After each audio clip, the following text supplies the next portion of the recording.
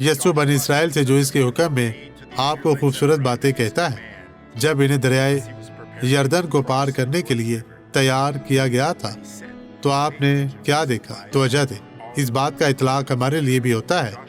اور یشوع نے لوگوں سے کہا، تم اپنے آپ کو مقدس کرو۔ اس پر توجہ دے، زندگی میں سب سے پہلی چیز مقدس ہے۔ اگر آپ کو کچھ غلط ہوا ہے تو معافی مانگیں، کہیں خدا مجھے بدکاری سے پاک کر، مجھے پاک کر، مجھے اپنے لیے الگ کر دے خدا، کیونکہ کل کے دن خداوند تمہارے درمیان عجیب و غریب کام کرے گا۔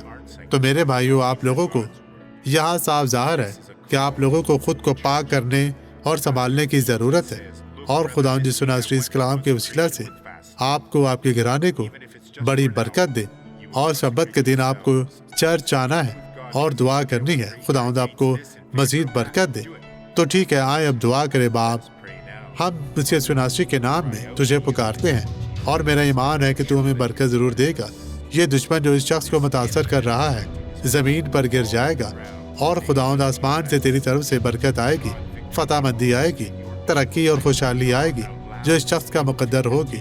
بدی اب ہمیشہ کے لیے ان تمام لوگوں کی زندگیوں سے چلی جا، بیماریاں چلی جائیں، غائب ہو جائیں، اور خدا میں تیرا شکر گزار ہوں۔